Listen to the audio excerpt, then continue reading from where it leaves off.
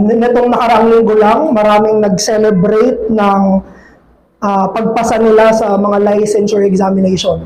So, nitong nakaraang December 5, nilabas ng PRC yung mga bar passers, mga pumasa sa lawyers exam. Ganon din, noong December 7, lumabas yung mga pumasa sa teachers exam, sa licensure examination for teachers sa LET, to name a few. So, may mga nakbalita pa nga na 60 years old na. So, unang take niya, pumasa siya.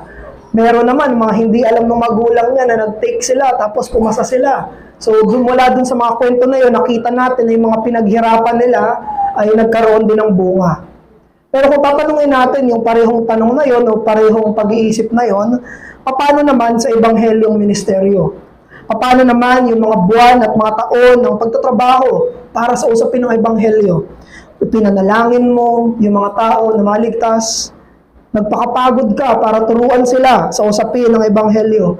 Ano yung magiging resulta nun? Masasabi ba natin na katulad sila nung success nitong mga board passers? Alam natin kung ano yung resulta ng pagtatrabaho para sa Ebanghelyo. Ito ay 100% nasa soberanya ng Diyos. At ito rin ay 100% responsibilidad ng tao. Kung ano yung magiging resulta ng Ebanghelyo sa mga pinagmiministeryohan, sa mga nakikinig, sa mga iniebanghelyo mo, yan ay nakasalalay ng buong-buo sa Diyos. Pero nakasalalay din yan dun sa mga iniebanghelyo mo. 100%. At dito sa parable natin sa Matthew chapter 4, nakafocus ito sa responsibilidad ng mga tagapakinig. So, totoo yung sovereignty of God, pero dito sa parable, ang in-emphasize ni Jesus ay yung 4 na uri ng nakikinig. 4 na uri ng tagapakinig sa salita ng Diyos. 4 na uri ng tainga, 4 na uri ng mga puso. In-explain ni Jesus yung kahulugan ng parables na to sa mga disciples niya. Di ba, nabasa natin? Nung wala na yung crowd, yung 12 na lang yung kasama niya, tinanong siya, Master, anong ibig sabihin ng parables mo? At in-explain ni Jesus sa kanila, merong 4 na uri ng lupa, merong isang nagtatanim, at merong isang binhi. 4 na lupa, isang nagtatanim, at isang binhi. Yung 4 na lupa ay 4 na klase ng mga puso, 4 na klase ng mga tenga, 4 na klase ng mga tagapakinig. At sino yung naghahasik? Sino yung nagtatanim? Si Jesus. Si Jesus yung nagtatanim. Si Jesus yung nangangaral. Si Jesus yung nagtuturo. At ano yung buto? Ano yung binhi? Yun ay ang salita ng Ebanghelyo. Yun yung mabuting balita. Kung iisipin natin, yung nagtatanim at itinatanim ay isa. Ang tinuturo ni Jesus ay si Jesus. Ang tinuturo ng Panginoong Jesus ay kung sino siya sa kanyang trabaho at ano yung ginagawa niya. Merong isang puso, unang puso na hindi niya naintindihan yung Ebanghelyo. Yung ikalawa naman, masaya sa una, pero namatay. Dahil mababaw yung pagkakatanim sa kanya. At dumating yung init ng araw, dumating yung paghihirap, namatay din yung halaman. Yung pangatlong lupa naman, okay naman yung lupa, ang problema lang, matinik. Merong mga tinik. Kaya tumubo nga yung halaman na itinanim ng Panginoong Jesus, pero sinakal naman siya ng tinatawag ni Jesus na kamunduhan. Hindi rin siya naging mabunga. Pero yung pang-4 na klase ng lupa ay namunga. Matabang lupa, mabuting lupa yung tawag ni Jesus. Nakapakinig siya ng salita ng Diyos, namunga sa kanyang salita ng Diyos, at nagkaroon ng mga resulta. Ito ay 4 na uri ng mga puso, 4 na uri ng mga tainga na pinapangaralan mismo ng Panginoong Jesus. Naipangaral ko na to before sa isang series ng sermon, pero separate, isa-isa. Pero ngayon, ipapangaral natin na isang buo. Hindi ibig sabihin nito ng parable na ito ay equal at mathematical yung ibig sabihin na parang 25% sa mga nakikinig ay yung unang lupa, 25% sa mga nakikinig ay ikalawang lupa. Hindi ito mathematical na kailangan nating intindihin. Pero objectively, ultimately speaking, isa ka sa apat na lupang to. Lahat ng nakikinig sa Ebanghelyo, isa tayo sa apat na to. Objectively, ultimately, sa dulo ng mga araw, matatagpuan natin yung sarili natin sa parabolang to na isa tayo dito. Either tayo yung unang lupa, tayo yung pangalawang lupa, tayo yung pangatlong lupa, o tayo yung pang-apat na lupa. Objectively yan. Sa dulo ng mga araw, ihahayag sa araw ng pag-uukom kung anong klaseng lupa tayo. Anong klaseng tagapakinig ako ng salita ng Diyos. Pero ganun din, possible din ito na subjectively speaking, ang mga Kristiyano, pwedeng sila yung lahat ng lupang to. Pwedeng may temptation tayo sa bawat isa bilang Kristiyano. At sinabi ko na subjectively sa Christian. Kasi hindi pwedeng sa hindi Christian. Kasi yung hindi Christian, applicable lang sa kanya yung tatlong unang lupa. Hindi siya, never siyang magiging ika-apat na lupa. Pero sa isang totoong Kristiyano, possible may mga temptations siya dyan. Tempted siya sa soil number 1, na hindi siya makakapakinig. Tempted siya sa soil number 2, mababaw lang, masaya sa una. Tempted siya sa number 3, na masasakal siya ng kamunduhan. Possible yun. Pero sa hindi Kristiyano, they can only be the first 3. Pero sa tunay na Kristiyano, we can be tempted doon sa lahat ng uri ng lupang to. Kaya ito yung mensahe natin ngayong umaga. Depending on the depths of reception to the gospel of Christ, fruitfulness or fruitlessness will happen. Kaya yung ulitin ko. Depending on the depths of the reception on the gospel of Christ, fruitfulness or fruitlessness will happen. Depende sa lalim ng ugat sa pagtanggap sa balita ni Kristo. Depende sa kung paano mo tinatanggap yung mensahe, doktrina ni Kristo. Nakadepende doon yung kawalang bunga o pagiging mabunga mo. Nakadepende kung gaano manunuot, lalalim, ugat yung doktrina ni Kristo sa sarili mong puso, sa sarili mong buhay. There depends your fruitfulness or your fruitlessness. That's why implanting the word of salvation to ungospeled hearts, two things will happen. Fruitfulness or fruitlessness. Kaya hindi ina-address dito kung gaano yung ability ng farmer, kung hindi kung ano yung iba't ibang klase ng soil. Talagang ginawa ni Jesus na absurd. Sino ba namang magsasaka? Isasaboy mo na kung saan-saan. Sinabi talaga ni Jesus yun para makatch yung attention nila. Pero hindi ito tungkol sa farmer. Tungkol ito sa mga lupa. Hindi ito tungkol kay Jesus na nagsasabog, nagtatanim. Ito'y tungkol sa kanila ng mga makikinig o pinagtataniman ng Panginoong Jesus. At ang mensahe ni Jesus ay si Jesus. At ang epekto ng mensahe nito ay depende kung paano ito tinatanggap. Kaya sa ibang mga synoptic, sa Matthew sa Luke, specifically sa Book of Luke, sinabi doon na take care how you listen. Take care how you listen. Nasa Book of Mark tayo eh. Pero yung pinaka-sinabi ni Jesus, sa parabolang ito, ang gustong ipaintindi ni Jesus ay maging maingat tayo kung gaano tayo makikinig kay Jesus. Tungkol kay Jesus. Kaya tunghayan natin yung apat na mga klase ng lupa. Isa-isayin natin sila. Una, yung nasa kalsada, pwede natin siyang tawagin na inattentive heart or inattentive listener. Pwede natin siyang sabihin na makakalimuting tagapakinig o hindi nakikinig na tagapakinig. Yun yung unang klase. Hinasik yung salita ng Diyos sa kalsada. Ang ibig sabihin ay hindi niya naintindihan kung ano yung tinuro. Hindi niya naintindihan kung ano yung ibig sabihin ng Ebanghelyo at pagkatapos, nakalimutan niya na kaagad. Ang explanation ni Jesus dito ay meron ditong demonic activity. May demonyong aktibidad. May pagkilos dito si Satanas. Kaya nakita natin dito, ano ba talaga yung ginagawa ng mga demonyo? Ang daming portrayals tungkol sa mga demonyo. Pero dito, ipinakita kung ano talaga yung primary job description ng mga demonyo. And what is that? To remove the gospel from our minds. Ayun ang pinakatrabaho ng demonyo. Alisin ang ebanghelyo, alisin si Jesus sa mga isipan natin. The demonic agenda is to remove all gospel rootings in the heart. Yan yung intention ng mga diablo, alisin yung atensyon at tuluyang makalimutan ang narinig na doktrina ni Kristo. It's from the lips of Jesus Himself. This is their primary vocation, to remove all gospel roots in the heart.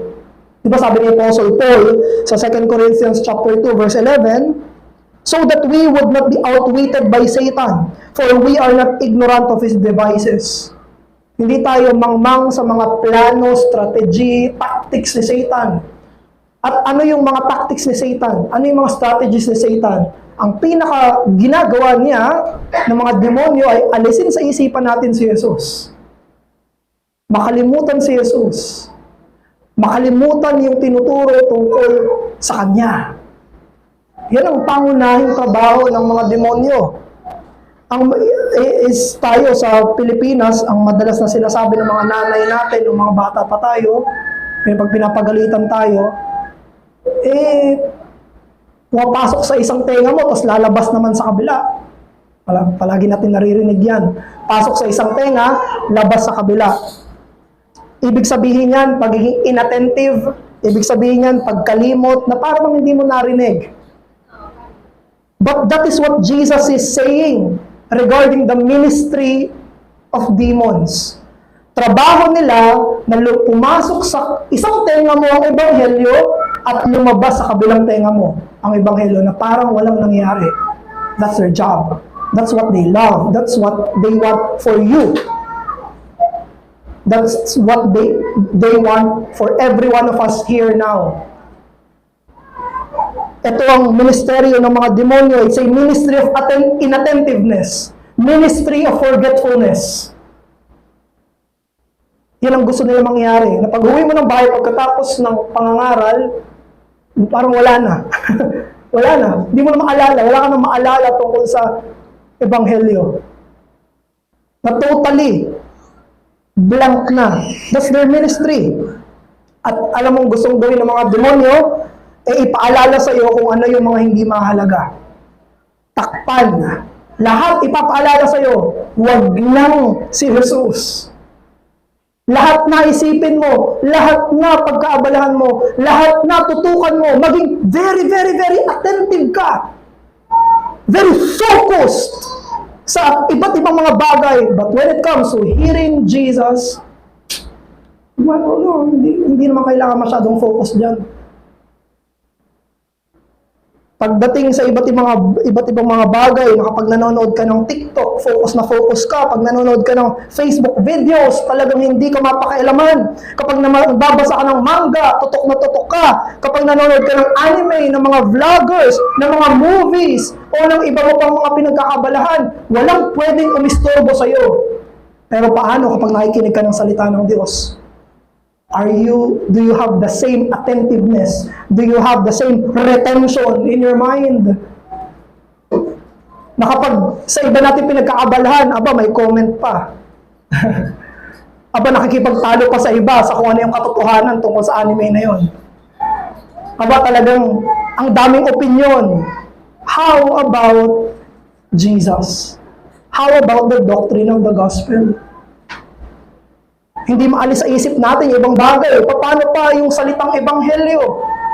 Naaalis ba yun sa isipan natin agad? Pagkatapos ba na marinig mo, mabasa mo, ay wala na agad? Yung ebanghelyo, nakatatak to sa isip mo. May mga binubuo kang mga pag-iisip tungkol dito. Be very attentive in this because they are very important. Invest in them, the devil say. Diyan ka mag-invest, diyan ka tumutok, diyan kailangan walang umistorbo sa'yo. Pero sa mga gospel sermons, hear them once and never think of them again. Pakinggan mo ngayon, Wala na. Mamayang gabi, huwag mo na isipin yan. Bukas, huwag mo na isipin yan. Susunod mga araw, huwag na. Okay na yon. Makinig ka naman dito eh. Yan ang ministeryo. That's the malevolent purpose, malevolent agenda ng mga demonyo. So that the gospel will not be understood, so that the gospel will not be loved, so that Christ will not be obeyed, and so God will not be praised. Kaya kung merong hamon sa atin dito sa unang lupa, is that refuse to help the devil. Refuse to help the devil by being inattentive when the gospel sermons are being preached. Sinulat ang Biblia para maintindihan. Naghahanda ang mga mangangaral para maintindihan mo. Ang church ay hinanda yung ganitong chapel para maintindihan mo yung ebanghelyo, at ang demonyo lang ang naghahanda para hindi mo maintindihan at para makalimutan mo kung ano yung tinuturo tungkol kay Kristo. Kaya ang unang-unang role ng congregation sa usapin ng pagsamba sa Diyos, sa pangangaral, ay makinig at maintindihan kung ano yung tinuturo tungkol kay Kristo. Huwag mong hayaan na makalimutan mo si Jesus. Huwag mong hayaan na makalimutan mo kung sino siya. At sa mga hindi pa Kristiyano, hindi pa mananampalataya, kung maliligtas ka, ito ang unang-unang dapat mong gawin. You should pay attention. Understand what the gospel is, kung gaano ka makasalanan, kung gaano mapagbiyaya ang Diyos sa krus, kung bakit siya ipinanganak, bakit siya namatay, at bakit siya bumangon na muli. Kung gusto mong ikaw ay maligtas, yan ang unang-unang mo dapat isipin. Anong ibig sabihin nun? What does it mean? Why is it good news? Bakit mabuting balita ang tawag? Bakit ebanghelyo? Kung maliligtas ka, kailangan mong maintindihan anong ibig sabihin nun. Kaya tanungin natin sa sarili natin, ako ba ay attentive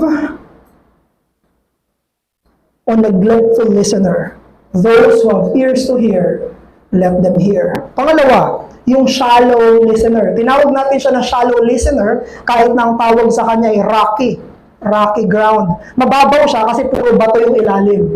Hindi lumalalim yung ugat ng itinanim ng Panginoong Hesus. So, sinaboy ng Panginoong Hesus yung buto doon sa lupa, pero napakabato ng ilalim. Kaya interpretation ni Jesus, isa siyang tumanggap ng salita ng Diyos at napaka-zealous. Tuwang-tuwa siya. Masigasig siya doon sa narinig niyang balita. Pero, sa kainitan ng araw, natuyot siya. Bakit siya natuyot? Kasi mababaw yung ugat niya. At ang interpretation ni Jesus doon na dumating yung pagdurusa, dumating yung persecution, dumating yung mga karampatang pagdurusa na akibat ng Kristyanismo, therefore may suffering sa faith, dumating yung suffering sa faith, at ayawan na. May paghihirap pala sa faith. Ayaw ko na, may hirap pala sa faith eh. Ganun yung nangyari. It tells us about the superficial interest in the gospel. Mababaw lang na interest sa ebanghelyo, yan ay hindi nakakatindig sa araw ng paghihirap. Superficial interest in the gospel will not stand in seasons of suffering. Ang mababaw na interest kay Jesus, may interest kay Jesus, mababaw nga lang. Interesado ako kay Jesus. Yay, Jesus. Yay, faith. Yay, Christian. Yay, Christian. Pero mababaw lang. Kaya pagdating ng paghihirap, ayawan na. Di ba, yun yung nangyari kay Pliable sa kwento sa Pilgrim's Progress. Kinuwento sa kanya ni Christian, uy, may ganito, may Celestial City. Unang lakad pa lang nila, napapilok agad sila dun sa ang tawag doon, Pond of Despond. Sa putikan. Tapos sabi niya, ito ba yung pinapangako mong masaya? Unang lakad niya pa lang, talikod agad siya. Si Pliable. Yung mababaw na mga ugat sa ebanghelyo, that creates temporary fanaticism. But they cannot endure hardship. Maaalala natin dito yung kwento sa Biblia kung saan kasama nila si Jesus sa panahon ng mga mabubuting araw. Nagmi-miracle si Jesus, dinudumog siya. Pero nung natupad na yung prophecies ni Jesus tungkol sa sufferings niya, sino na yung kasama ni Jesus? Nung panahon na nagmi-miracle siya, dinadagsa siya. Nagpaparami siya ng tinapay at pagkain ng isda, dinudumog siya. Dami niyang kasama. Pagpasok niya sa Jerusalem, may ano pa, pinapalakpakan pa siya. Pero nung natupad na yung pagdurusa ni Jesus, iilan na lang yung kasama niya sa krus who were at his side when suffering comes. So sa happy-happy, maraming kasama si Jesus. Sa happy-happy, marami siyang kasama. Pero nung dumating na yung trial niya, dumating na yung krus niya, ganito pala, alis na tayo. Therefore, shallow rootings of the gospel creates immediate but artificial love for Jesus. Very artificial lang yung pagmamahal kay Jesus ng mga mabababaw na ugat sa Ebanghelyo. Therefore, brethren, ang gusto natin ay hindi superficial at hindi dramatic, but real deal gospel work that endures. That's what we want. That's what we pray for. That's what we ask God. Yung ikalawang lupa na to, that's not love for Jesus. That's love for convenience. That's love for comfortability. It's not love for Christ. Hindi nila mahal si Jesus. Ang mahal nila ay yung magandang panahon. Ang mahal nila ay yung masayang panahon. What they want is a trouble-free life. It's not love for Jesus. That's why a challenge for us, believers, the faith that we must have and we must cultivate is a deep faith that stands in troublesome seasons. Yan ang gusto nating hilingin sa Diyos at pananampalataya na gusto nating magkaroon tayo. Isang pananampalataya na nananatili at nagtutuloy maging sa oras na masakit, sa oras na mahirap, sa oras na magpapawis, sa oras na magpapagal, sa oras ng dagok, sa oras ng bagyo, sa oras ng unos, sa oras na walang-wala ka, sa oras na may karamdaman ka, sa oras na nasa pinakababa ka. But you still say, Jesus is enough. Jesus is worthy. Jesus deserves my life. Yan ang gusto nating pananampalataya, na hilingin natin sa Kanya. Isang pananampalataya na hindi mababaw. Ang Ebanghelyo ay dapat na manuot at mag-ugat, hindi lang hanggang balat. Kailangan mag-ugat yan hanggang buto. Hanggang sa dugo mo, hanggang sa puso mo, hanggang sa utak mo, hanggang sa kaloob-looban ng pagkatao mo. Kailangan yung ugat ng Ebanghelyo ay mag-ugat sa buong ikaw. Hindi hanggang balat lang. Dahil kung hanggang balat lang ang pananampalataya, maaalis agad yan. Kaya perhaps narinig niyo na sa akin to, pwede niyo akong pagbintangan na palagi kong kinukoto. Si Vance Havner, yung isang quote na early Christian pa ako, nabasa ko na siya, pero very relevant pa rin siya hanggang ngayon. Sabi ni Vance Havner, "Where are the marks of the cross in your life? Are there any points of identification with your Lord? Alas, too many Christians wear medals but carry no scars." Asan yung marka ng krus sa buhay mo? Sabi niya, ang dami mga Christian, puro certificate, puro medal, puro honorarium. Pero asan ang peklat mo? Ang peklat ng pananampalataya. Yung peklat na sinabi na nanatili ka kay Jesus kahit nasugatan ka na. Kahit na sobrang dami mo ng pagdurusa na dinanas, pero na kay Jesus ka pa rin. Yan ang peklat na hinahanap niya. Hindi hinahanap kung gaano karami ang medalya mo na napanalunan mo para sa faith. Kung gaano ka sinelebrate ng iba. Kung hindi gaano ka nanatili sa faith. All real deal Christians have scars and prove their faith. Prove that their faith survives all the sufferings that they encounter.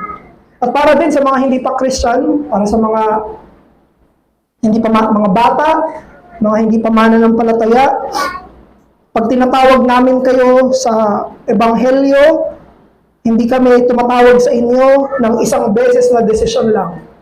Hindi ganyan ang pagtawag namin sa inyo sa ebanghelyo. Hindi namin sinasabi, mag-pray ka, tanggapin mo si Jesus, okay na yun. Pag tinatawag namin kayo sa gospel, mga hindi pa Christian, ang tinatawag namin kayo na maniwala kayo sa ebanghelyo buong buhay nyo. That's what we are calling you to. We're calling you to believe the gospel all throughout your life.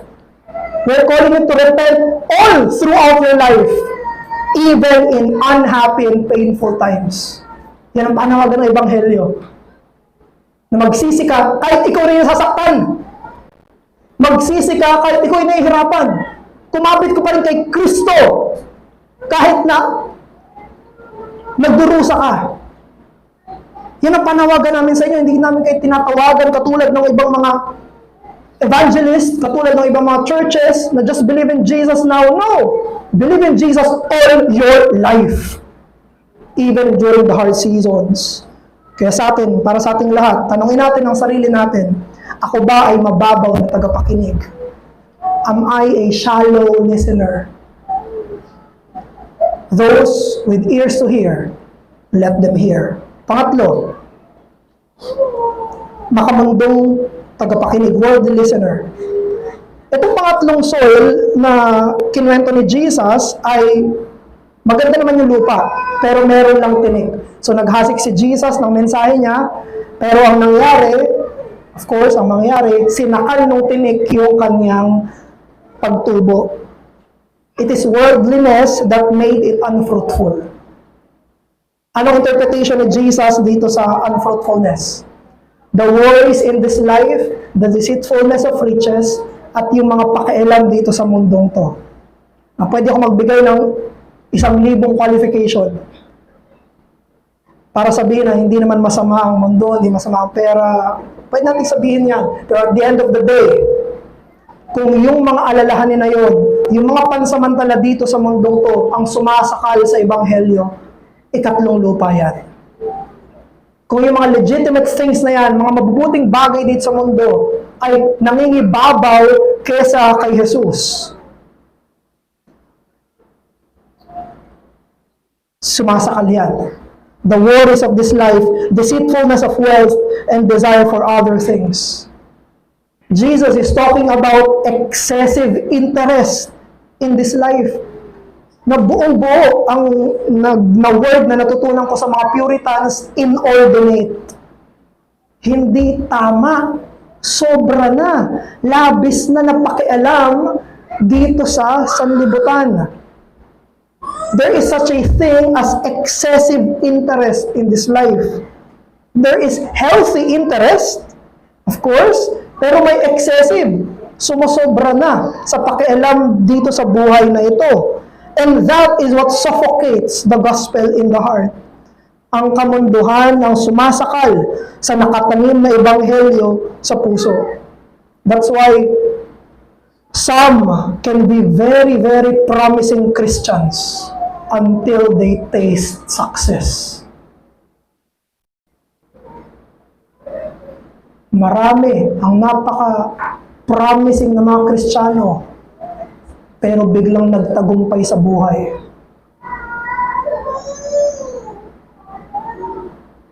Kung hindi tayo kayang patumbahin ng pagdurusa, patutumbahin tayo ng kamunduhan.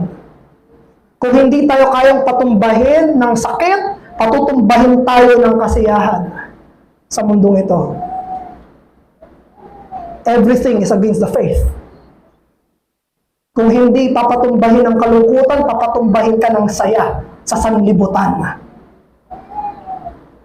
Maraming examples ito sa Bible kung saan very excessive yung interest nila sa buhay na to, na sinakal nun yung pananampalataya nila. Diba? Sobrang dami. Nagpipreach na si Noah, magugunaw na yung mundo. Pero anong sinabi nila? Masyado silang busy. Masyado silang busy. Excessive interest nila. Si Esau, na mas may pakialam siya sa gutom niya kesa dun sa covenantal position niya. Pinagpalit niya yung kanyang birthright. That's a covenantal position. May promise kay Abraham eh. Abraham, Isaac, and Jacob. Hindi yun basta-basta lang. May pangako yung Diyos. At pinili niya yung kalam ng sikmura kaysa sa tipan ng Diyos. Ang mayamang hangal, masyado siyang concerned sa business niya na hindi niya nainisip yung kaluluwa niya. Sa parable ni Jesus. Sa isang parable ni Jesus, may isang hari inimbitahan ng lahat. Pero napaka-busy nila sa kanya-kanya nilang mga pinagkakabalad. Busy sa bahay, busy sa pag-aasawa, busy sa business nila, at wala na silang panahon para sa hari. Therefore, do not let worldliness rival Jesus Christ in your heart. Sana wag mo hayaan na maging katunggali ni Jesus yung kahit ano dito sa mundong ito sa puso mo. Yung passage natin ay sinulat ni John Mark. Si John Mark ito. At merong mga tinuturo yung mga ngaral, mga tagapag-aral na probably siya yung rich young ruler na lumapit kay Jesus. Siya yung mayaman. Hindi natin alam kung totoo yun. Pero kung siya nga yung batang mayaman, batang ruler na yun, eh nakita natin mas pinili niya si Jesus kaysa sa yaman niya. Kung siya nga yun, mas pinili niya si Jesus na higit kaysa sa lahat ng mga yaman niya. Ang Ebanghelyo ay puno ng biyaya na hindi mamamayagpag sa puso kung saan may karibal si Jesus. Sana walang karibal si Jesus sa puso mo. Hindi yayabong ang puno ng buhay sa puso kung saan may katunggali siya. Punitin natin yung kamunduhan na nakapalupot sa mga puso natin. Ask yourself, ako ba ay isang makamundong tagapakinig? Am I a worldly listener? Those with ears to hear, let them hear. At panghuli, pang-apat, mabuting tagapakinig. Now, dito gusto ko i-clarify kung anong ibig sabihin ng mabuti. Kasi, ang ibig sabihin ni Jesus dito na mabuti, hindi lang yung mabait, hindi ito yung magaling makisama sa tao, hindi lang ito yung matulungin sa kapwa, mabait, hindi ito yung magalang lang. May definition si Jesus kung anong ibig sabihin niya ng mabuti. Mabuting tagapakinig. Ibig sabihin nito, ang mabuting tinutukoy ni Jesus na lupa ay sila na handang tanggapin kung ano yung sinasabi ng Diyos. Handang lunukin kung ano yung sinasabi ni Kristo. Handang lunukin sa mga puso't isipin nila yung doktrina ni Kristo. That is good. Diyos lang ang pwede mag-define kung ano yung good. Hindi tayo pwede mag-define ng kanya-kanya kung ano yung good. What is good? Sabi ni Jesus, those who are ready to receive the gospel. Ears and hearts ready to receive the gospel. At diyan nagkakaroon ng productivity. Namumunga kapag tinatanggap yung mensahe niya. Ang mabuting tagapakinig ay tagapakinig na tinatanggap na siya ay makasalanan. Tinatanggap na siya ay bumali ng batas. Tinatanggap na siya ay hindi karapat-dapat ng langit. Tinatanggap na kailangan niya na siya yung patawarin. Na kailangan niya ng katubusan. Na kailangan niya ng pakikipagkasundo sa harapan ng Diyos. Na buong buhay niya, nililin lang siya ng demonyo at kailangan niyang mapalaya doon. Na naniniwala siya sa kasinungalingan, ngayon kailangan niya ng katotohanan. Yan ang mabuting tagapakinig dahil yan ang tinuturo ng Biblia. What the Bible says, he believes. What the gospel says, he receives. And that planted gospel is most productive when the heart is readiest to receive. Nagkakaroon ng pagiging produktibo Yung tinanim na ebanghelyo kapag handang-handa itong tanggapin ng mga tagapakinig. Kaya pag tinanong natin, paano magiging fruitful yung Christian life ko? Walang ibang sinabi dito Makinig ka ng makinig ng makinig at tumanggap at tumanggap at tumanggap at makinig at makinig at makinig at tumanggap at tumanggap at tumanggap. Of course, marami pa tayong dapat pag-usapan dyan sa ibang mga verses, pero dito sa text natin, walang ibang sinabi. Tanggapin mo lang. Buksan mo yung puso mo. Siya, yung salita niya, yung tanggapin mo bilang totoo. At mamumunga yun. Ano yung mabungang buhay? Ang mabungang buhay ay isang pinabanal at kaaya-ayang buhay sa harapan ng Diyos. That is a fruitful life. Therefore, brothers, listen well and listen more to the gospel by faith until it bears fruit of holiness in your life. Tanungin mo ang sarili mo, ask yourself, am I a good listener? Those with ears to hear, let them hear. Bilang pagtatapos, sinabi ni Jesus sa verse 13 na itong parable na to ang pinakasimple sa lahat ng parables. Sabi niya, don't you understand this parable? How will you understand other parables? Sabi, di ba? Yung secrets of the kingdom ay nandito. Hindi yan misteryoso.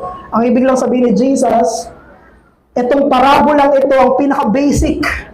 Ito yung pinaka-simple. Kung hindi nyo naiintindihan itong napaka-basic, napaka-simpleng parabolang to, paano nyo maiintindihan yung iba pang parabola? Walang mysterious na sinasabi si Jesus dito. Sinasabi niya lang, itong pinaka-simpleng parabola. Pero papaano, kung napaka-simple nito, papaano hindi siya maiintindihan? Di ba basic na nga siya, kumbaga sa arithmetic, 1 plus 1 lang ito. Paano hindi maiintindihan yung napakasimpleng parabola? Dahil ang katotohanan nito ay hindi mahirap intindihin o hindi mahirap lunukin. Hindi ito tungkol sa kung gaano kahirap siya maintindihan, kung gaano kahirap siya tanggapin. Sila ng mga espiritual lang ang kayang tumanggap ng espiritual. That's why Jesus said, whoever has ears to hear, let them hear. Habang tayo ay 100% responsable kung paano tayo makinig sa ebanghelyo, sana hilingin din natin sa Diyos, Panginoon, buksan mo yung puso ko, buksan mo yung tenga ko, dahil kung hindi, ako yung magiging unang tatlo. Manalangin tayo. Ama namin, maraming salamat po sa biyaya ng hinahayaan mo kami na makinig ng ebanghelyo. Biyaya ito, O Diyos. Huwag mo nga kami hayaan na palampasin, baliwalain, hayaan yung mga napapakinggan namin. Turuan mo po kami, Panginoon. Huwag mo po kami hayaan sa sarili namin. Dahil kung sa sarili namin, babaliwalain namin ang buto mo, ang binhi mo. Turuan mo kami, O Diyos, buksan mo ang tainga at puso namin para kami ay tuluyang makakilala sa iyo at mamunga ang buto ng ebanghelyo. Papuri, pagsamba sa naghahasik ng kabutihan, naghahasik ng magandang balita si Jesus. Sa kanyang pangalan, Amen.